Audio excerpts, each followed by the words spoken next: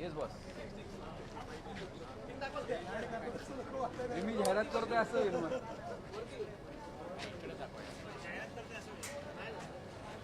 ते असं नको याला मीच प्रमोट करतोय. स्टिंगचं स्ट्रिंग ऑपरेशन झालं.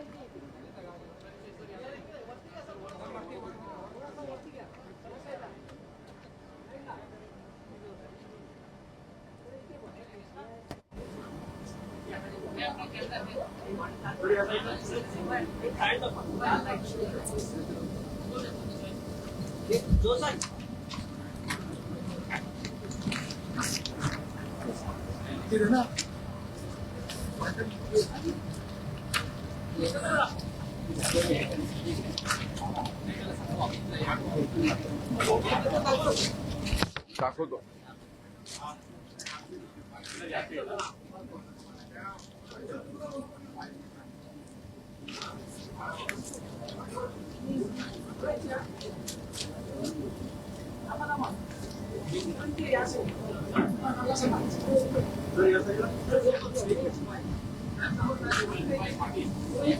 झालं का?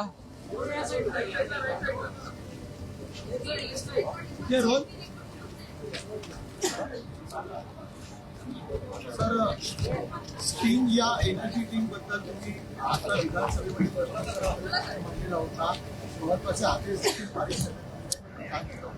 स्टिंग हे एनर्जी ड्रिंक म्हणजे आपल्याकडे भारतामध्ये अनेक वेगवेगळे एनर्जी ड्रिंक्स मिळतात, पण स्टिंग हे सगळ्यात स्वस्त असणारं एनर्जी ड्रिंक आहे.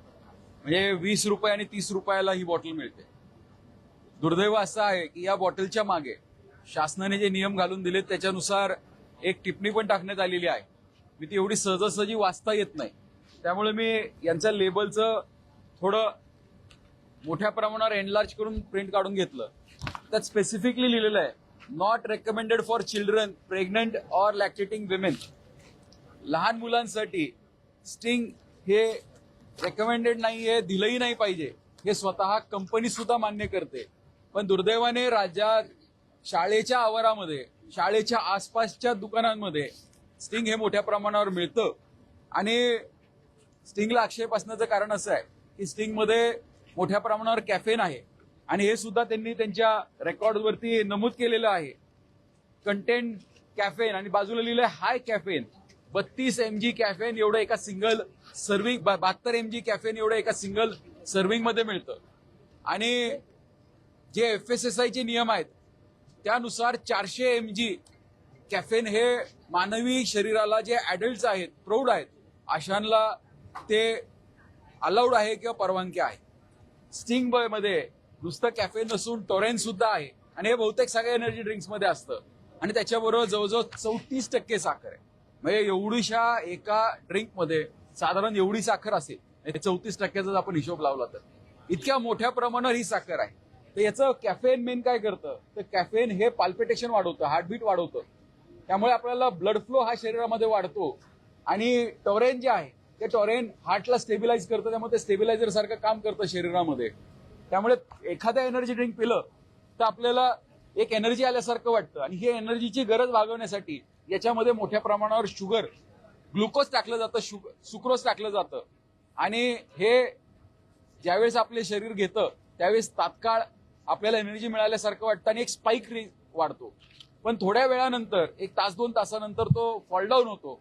आणि मग फॉल डाऊन झाल्यानंतर परत एनर्जाइज वाटावं म्हणून परत एक ड्रिंक हे घेतलं जातं.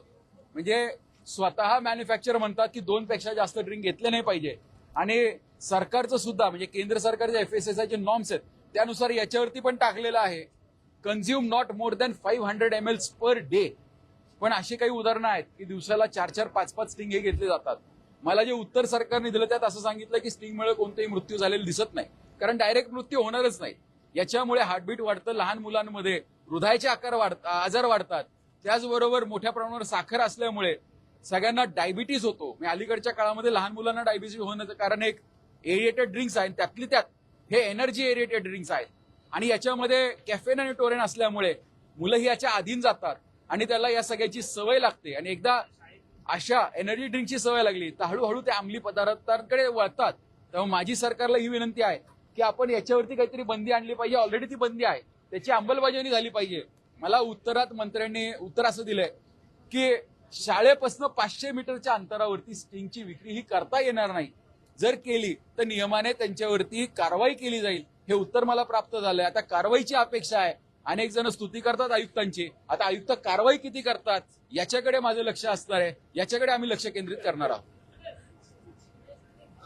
तुम्ही ज्या प्रकारे सांगितलं, मात्र सर्रासपणे किरकोळ दुकानावरती देखील स्टिंगची विक्री करताना पाहायला मिळते. ज्या प्रकारे तंबाखूजन्य पदार्थ 18 वर्षाखालील मुलांना विकता येत नाही, मात्र स्टिंगची विक्री सर्रास केली जाते. त्यावरही अशा प्रकारची म्हणजे त्याच्यावरती एक बंदी आली पाहिजे, अजून नाहीये.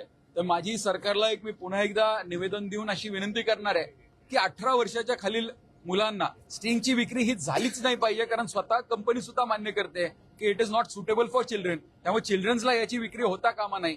त्याचबरोबर ऑनलाईन प्लॅटफॉर्म जे आहेत, ज्या ठिकाणी आपण ऑनलाईन ग्रोसरीज मागवता येतात, ऑनलाईन गोष्टी मागवता येतात, तर अशा सगळ्या ऑनलाईन प्लॅटफॉर्मला सुद्धा पत्र देऊन सूचित केलं पाहिजे की ज्या ज्या वेळेस तुमच्याकडनं कोणी ऑर्डर करतं त्यावेळेस त्यांना त्याच्या वयाचं प्रूफ विचारलं पाहिजे. की जसं टोबॅको परचेससाठी त्यांना डिक्लेरेशन द्यावं लागतं की 21 वर्षापेक्षा जास्त वय आहे, त्याच पद्धतीने स्ट्रिंग किंवा इतर कोणतंही एनर्जी ड्रिंक हे ऑनलाईन वरती घेताना सुद्धा त्यांना वय मर्यादा आली पाहिजे आणि त्यांना डिक्लेरेशन द्यावं लागलं पाहिजे.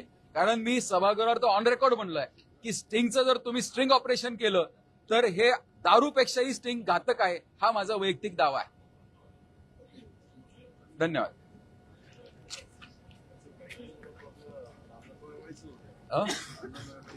हो, तुमच्या मतदारसंघामध्ये बाजूलाच तुमच्या ठीक आहे. Pepsi cafe